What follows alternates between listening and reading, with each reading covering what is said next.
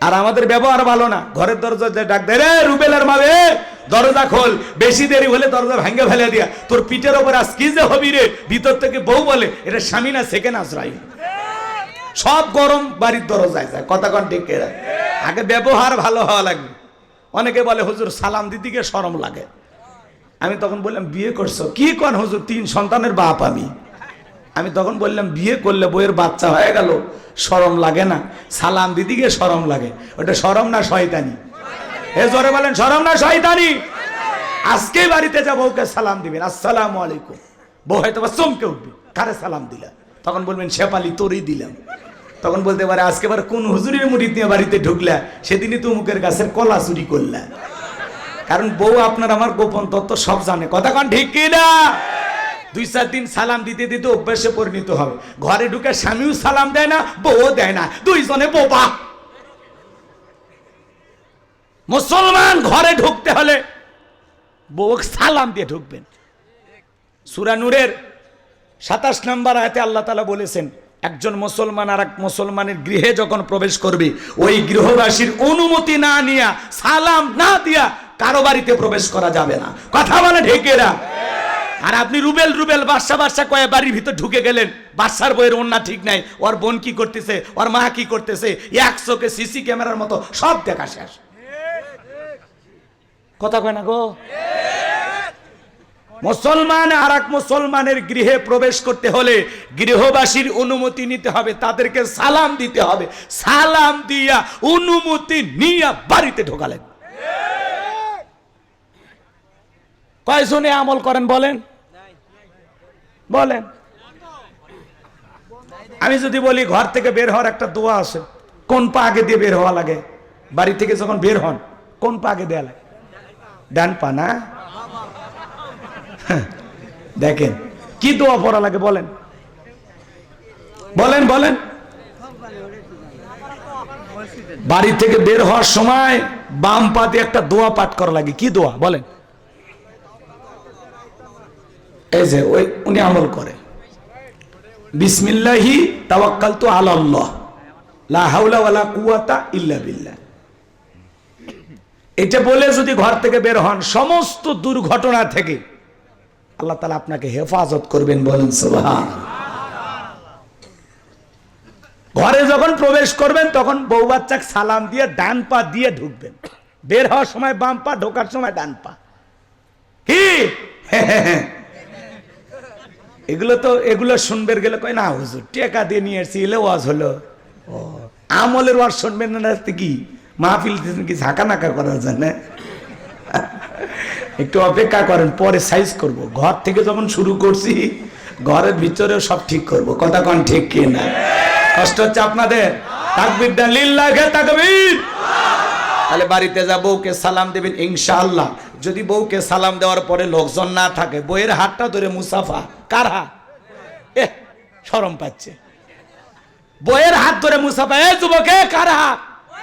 বউয়ের হাত। পাশের বাড়ি ভাবির হাত না, ধরলে ঝাঁটা দিয়ে পিটাবে। বইয়ের হাত ধরে মুসাফা করবেন। একেবারে যদি ময়দান ফাঁকা থাকে কোলাকুলি সেরে নেবেন। আপনাদের দাম্পত্য জীবনে যদি সুখ আর শান্তি পেতে চান, রসুলের 4টা সুন্নত আমল করা লাগবে। জোরে বলেন কয়টি? আরো জোরে। এ জোরে হলো না? 4টি সুন্নত। ওই যে স্লোগান শোনেন না, আপনি কি দাম্পত্য জীবনে অসুখী, নানান সমস্যায় ভুগছেন?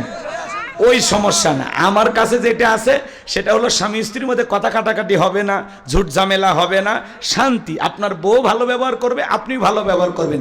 4টা সুন্নত পরিবারে আমল করলে আপনাদের দাম্পত্য জীবনে মৃত্যু পর্যন্ত সম্পর্ক টিকে থাকার গ্যারান্টি। আল্লাহু আকবার বলেন। মাত্র নবীজির কয়টি সুন্নত আমি কি এখনই বলবো? তাহলে তো আলোচনা এলোমেলো হয়ে যাবে। ওটা শেষের দিকে মনে করায় দিলে আমার ভাইরা সামনের দিকে যায়। আমি যে কথা বলতে চাচ্ছিলাম, মন খারাপ করছেন। এই 4টা সুন্নত ঘরে আমল করবেন আপনারা। কারা কারা শোনার আগ্রহ আছে একটু হাত তোলে তো দেখি। তার মানে এই রোগে আমরা আক্রান্ত নাকি? ঠিক আছে, আমলের কথা আমি বলবো, আমলের কথা। নবীর চাচা আবু লাহাব সান্ত্বনা দেওয়া দূরের কথা, উল্টো সমালোচনা করে বলে, ভাতিজা তুমি একটা লেজ কাটা, তুমি একটা নির্বংশ, তুমি একটা হাত খুঁড়ে, জোরে কর নাউজুবিল্লাহ। যদিও রসুলের 4 কন্যা সন্তান জীবিত ছিল, কিন্তু ছেলেগুলো জন্ম নেয় আর একে একে মারা যায়। নবীজির ছেলে সন্তানগুলো কেন মারা যায়? একটা ছেলেও কেন জীবিত থাকলেন না? অনেক পয়গম্বরের সন্তান জীবিত ছিল প্রাপ্ত বয়স হওয়া পর্যন্ত, যৌবন পর্যন্ত, কিন্তু নবীজির একটা ছেলেও কেন জীবিত থাকলো না? এর পিছনেও কারণ আছে না নাই? নবীজির ছেলে সন্তানগুলো শিশুকালে বিদায় নেওয়ার পিছনে কারণ আছে 3টি। জোরে বলেন কয়টি? একটু ব্যাস কমায় দিয়া, রিভাব বাড়ায় দাও, আর একটু টন বাড়ায় দাও, ঠিক আছে? একটু কষ্ট হচ্ছে, খাওয়া দাওয়া হয়েছে তো, ঠিক আছে? কষ্ট হচ্ছে আপনাদের? তাহলে নবীজির ছেলে সন্তানগুলো কেন মারা গেল? এর পিছনে কি কারণ, কি সে রহস্য জানার দরকার আছে। নবীজির ছেলে সন্তানগুলো শিশুকালে বিদায় নেওয়ার পিছনে কারণ আছে 3টি। জোরে বলেন কয়টি? আরো জোরে। কারা কারা সে 3টি কারণ নবীর উম্মত হিসেবে জানতে চান? 2 হাত তুলে দেখান তো দেখি। লিল্লাহি তাকবীর। হাত নামান। নবীজির ছেলেগুলো কেন মারা গেল? কি সেই 3টি রহস্য, কি সেই 3টি কারণ? যদি আমি বলতে চাই তাহলে 3 নম্বরে আয়াতের আলোচনা করা লাগবে ভাই। আমি কি 1 নম্বর আয়াত বাদ দিয়ে 3 নম্বরে যাব, নাকি আস্তে আস্তে শুরু করা যাক? নবীজির ছেলে সন্তান কেন মারা গেল, কি সেই 3টি রহস্য শেষের দিকে আমি বলে দেব। আমার ভাইয়ের, আমি সামনের দিকে যাই। তাহলে নবীজির কাছের চাচা নাম হলো আবু লাহাব, নবীকে নিয়ে সমালোচনা করেন, নবীর মনে ব্যথা দেন, কষ্ট দেন। একে তো সন্তান হারানোর ব্যথা, অন্যদিকে আপন মানুষদের সমালোচনা। নবীজি মনে মনে অনেক কষ্ট পায়।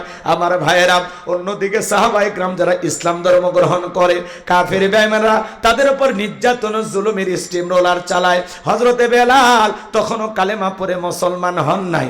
নবীজি রাতের বেলায় দারুল আরকামে বসা। হযরতে বেলাল বিশ্ব নবীর দরবারে উপস্থিত হয়ে গেলেন। নবীজির চেহারার দিকে তাকাইয়া ডেকে বলেন, নবী গো, আপনার চাইতে সুন্দর মানুষ আমি জীবনে কোনোদিন দেখি না।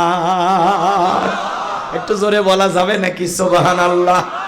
আমার ভাইয়েরা, আপনার আমার নবী কতটা সুন্দর ছিলেন জানেন? হযরতে জাবের রাদিয়াল্লাহু তাআলা বলেন, পূর্ণিমা রাত আমি রাসূলের বাড়িতে গিয়েছিলাম, সেদিন দেখেছিলাম চাঁদ উদয় হয়েছে 2টা, একটা চাঁদ আসমানে আর একটা চাঁদ জমিনে। হযরতে জাবের বলেন, আমি একবার আকাশের পূর্ণিমার চাঁদের দিকে তাকাই, আর একবার বিশ্ব নবীর চেহারার দিকে তাকাই। হযরতে জাবের বলেন, ওই আকাশের পূর্ণিমার চাঁদের চাইতেও বিশ্ব নবীকে আমার কাছে বেশি সুন্দর মনে হয়। আপনার আমার নবী কতটা সুন্দর ছিলেন জানেন? আম্মা জান আয়েশা ডেকে বলেন, যারা ইউসুফ নবীর চেহারার দিকে তাকাইয়া মিশরের নারীরা ফলকার থেকে আঙ্গুল কেটে ফেলে দিয়েছিল, ওরা যদি আমার বিশ্ব নবীর চেহারার দিকে তাকাইতো, শুধুমাত্র আঙ্গুল নয়, আঙ্গুল কাটতে কাটতে, হাত কাটতে কাটতে কখন যে নিজের কলিজা কেটে দুফাক করে দিত, মুহূর্তের জন্য টের পাইতো না। আপনার আমার নবী এতটাই সুন্দর। আম্মা জান আয়েশা আরো বলেন, ও দুনিয়ার মানুষ, তোমাদের একটা সূর্য আছে, আমি আয়েশারও একটা সূর্য আছে। তোমাদের সূর্য উদয় হয় রাতের বেলায়, দিনের বেলায়, আর আমি আয়েশার সূর্য উদয় হয় রাতের বেলায়। আম্মা জান আয়েশা একদিন সেলাইয়ের কাজ করতেছিলেন, হাত থেকে সুইটা পড়ে গেল, বাতিতে কোনো তেল ছিল না, বাতি জ্বালাইতে পারলেন না, অপেক্ষায় বৈশা থাকলেন। বিশ্বনবী যখন এশার সালাত আদায় করার পরে ঘরের ভিতরে প্রবেশ করলেন, সর্বপ্রথম নবীজি আম্মা জান আয়েশাকে সালাম দিলেন। নবীজি ঘরে ঢুকে স্ত্রীকে কি দিলেন? আপনি আমি যখন ঘরে ঢুকবো, বাড়িতে প্রবেশ করব, স্ত্রীকে সালাম দেওয়ার দরকার আছে না নাই? বাড়িতে যা বিবিকে সালাম দিবেন, আসসালামু আলাইকুম রহিমা, কেমন আছো সোনা? ঘরের দরজাটা খোলো না, আমি তোমার লিটনের বাপ, তোমার দিওয়ানা। বউ খুশি হয়ে দরজা খুলবে, কথা বলে ঠিক কিনা? কিন্তু আমাদের ব্যবহার এত মিষ্টি না। যুবক, আওয়াজ দিলে ভালো করে দিবা। তোমরা যে যুবক, আমার তো সন্দেহ হয়, একটু অপেক্ষা করো, তোমাদের জন্য স্পেশাল আলোচনা আমার মাথার মেমোরিতে সেভ করা আছে, সময় মতো ডাউনলোড দিয়ে শোনায় দেব। কারণ যুবকদের জন্য স্পেশাল কিছু আলোচনা বলার দরকার আছে না? না যুবক, তোমাদের মনের দুঃখকে আমি ভালো বুঝি, একটু অপেক্ষা করো, পরে বলবো ইনশাআল্লাহ। তোমাদের আলোচনা হয়তো 1 ঘন্টা 22 মিনিট পরে শুরু হবে, কথা কয় না? মা বোন যারা বসে আছেন, মা আপনারা নিরাশ হবেন না, মনে করেন না হুজুর মানে আমাদেরকে ভুলে গেছেন, না। আপনাদের ওয়াজ যদি না করা হয় তাহলে তো ওয়াজই সাটবি না। হ্যাঁ, আপনাদেরকেও হালকা সাইজ করা হবে, কথা কোন ঠিক কিনা? ভালো মা বোনদের ওয়াজ ভালো, কিন্তু যারা একটু দুষ্টমি করে ওদেরকে সাইজ বানানোর জন্য স্পেশাল কিছু আলোচনা আছে, কথা কোন ঠিক কিনা? একটু অপেক্ষা করেন, মা বোনদের আলোচনা হয়তো 1 ঘন্টা 42 মিনিট পরে শুরু হবে, কথা কোন ঠিক কিনা? খালি একটু অপেক্ষা করেন, শুরু করি, আলোচনাটা সামনের দিকে নিয়ে যায়, আটঘাট বেঁধে নেই, তারপরে কথা হবে ইনশাআল্লাহ। চলেন ভাইয়েরা আমার, সামনের দিকে যাই। আমি যে কথা বলতে চাচ্ছিলাম বাজান গো আমার, গভীর মনোযোগ দিয়ে কথাগুলো শুনে যাবেন আমার ভাইয়েরা। বাড়িতে যখন প্রবেশ করবেন বিবিকে সালাম দিবেন। সালাম আছে যেখানে শান্তি আছে সেখানে, সালাম আছে যেখানে সমাধান আছে। স্বামী স্ত্রীর মধ্যে সালাম আদান প্রদান হলে একে অপরের প্রতি শ্রদ্ধা, ভক্তি, বিশ্বাস, ভালোবাসা বেড়ে যায়, কথা বলে ঠিক না? ঠিক আছে তো ইনশাল্লাহ? আমার ভাইরা চলেন সামনের দিকে যায়। আম্মা জান আয়েশা ডেকে বলেন, নবীজি সালাম দিয়া ঘরের ভিতরে যখন প্রবেশ করলেন, নবীজির চেহারার আলোতে সুইটা কই পড়ে আছে আমি পরিষ্কার দেখতে পেয়েছি। নবীর সম্মান মর্যাদা কত জানেন? এক জায়গায় ওয়াজ করতে যা বললাম, ভাই বলেন তো আমাদের নবীর নাম কি? বলে হুজুর আব্দুল কাদের জিলানী। পীর সাহেবের নাম মুখস্থ আছে কিন্তু কপাল পোড়া নবীজির নামটাও বলতে পারে না। নবীর সম্মান মর্যাদা কত জানেন? যে নবী হা বললে পুরো পৃথিবীবাসীর জন্য আল্লাহ পাক হালালে পরিণত করে দেয়, যে নবী না বললে পুরো পৃথিবীবাসীর জন্য আল্লাহ পাক হারামে পরিণত করে দেয়। আসমানের চাঁদের দিকে ইশারা করলে চাঁদ 2 টুকরো হয়ে যায়, জমিনে পা তুললে মাওলা পাকের আরশে আজিমে পৌঁছে যায়। নবীজি যেদিন মেরাজে গিয়েছিলেন, নবীজির পায়ে আল্লাহর আরশে প্রবেশ করতেছেন, পায়ের জুতা সেরা, সুবহানাল্লাহ। নবীজি একটু লজ্জা পাইছে, খেয়াল করেনি, পায়ের দিকে তাকায় যখন জুতা খুলতে চায়, আমার আল্লাহ বলে বন্ধু জুতা খোলা লাগবে না, সুবহানাল্লাহ। কি মোহাব্বত করতেন, কি ভালোবাসা! রাগ করতেছেন? নবীকে কতটা ভালোবাসতেন, সেরা স্যান্ডেল পরে আল্লাহর আরশে গেছে। কি নবী পাইছি! নবীর দাম কত, মর্যাদা কত, সম্মান কত, সুবহানাল্লাহ। যে নবী জমিনে পথ চললে আসমানের মেঘ আসা ছায়া প্রদান করত, যেই নবীর চেহারার উপরে মশা মাছি পড়া হারাম। নবীজি যখন ঘেমে যেতেন, আম্মা জানেরা নবীজির দেহের ঘামগুলো সুগন্ধি হিসাবে বিশেষ দিনে ব্যবহার করত, শিশিতে জমায় রাখতেন। আবার বিশেষ দিনে নবীজির দেহের ঘামগুলো সুগন্ধি হিসাবে ব্যবহার করতেন। হযরতে আনাস বলেন, রাসূলের দেহের ঘামের চাইতে দামি সুগন্ধি আমার নাকে আর কোনোদিন আমি পাইনি, সুবহানাল্লাহ। নবীজি যদি থুতু নিক্ষেপ করতেন সেখান থেকেও সুগন্ধ বের হতো, সুঘ্রাণ বের হতো, সুবহানাল্লাহ, সুবহানাল্লাহ। কেমন নবী পাইছি আমার ভাইয়েরা! যেই ছাগলের স্তনে দুধ নাই, নবীজির হাত লেগে গেলে দুধে পরিপূর্ণ হয়ে যায়। যেই খাবার 2-3 জন মানুষ খাবে, ওই খাবারে যখন নবীজির হাতটা লেগে যেত, শত শত মানুষ খাবার খেয়েও যেমন খাবার তেমনি থাকতো। যেই নবীর চেহারার দিকে তাকাইলে ক্ষুধা নিবারণ হয়ে যাইতো, আল্লাহু আকবার। সেই নবীর কাছে হযরত বেলাল কথা মনে আছে না নাই? হযরতে বেলাল ডেকে বলেন, নবী গো আপনি কালেমার দাওয়াত দেন, ইসলামের প্রচার প্রসার করেন, দয়া করে আমারে কালেমা পড়ে মুসলমান বানায় দেন। বিশ্ব নবী হযরত বেলালকে পড়া দিলেন, লা ইলাহা ইল্লাল্লাহু মুহাম্মাদুর রাসূলুল্লাহ সাল্লাল্লাহু আলাইহি ওয়াসাল্লাম। হযরতে বেলাল কালেমা পড়ে মুসলমান হয়ে গেল। আমার নবী ডেকে বলে, বেলাল ইসলামের অবস্থা এখন ভালো না, কালেমা পড়েছো আপাতত প্রকাশ করা যাবে না। হযরতে বেলালকে নবীজি ডেকে বলেন, বেলাল ইসলামের অবস্থা এখন ভালো না, কালেমা পড়ছো গোপন রাখবা। আজও তাম পৃথিবীর দিকে তাকায় দেখেন, ইসলামের অবস্থা ভালো না খারাপ? একটু জোরে কন না বা, রাগ করতেছেন আপনারা?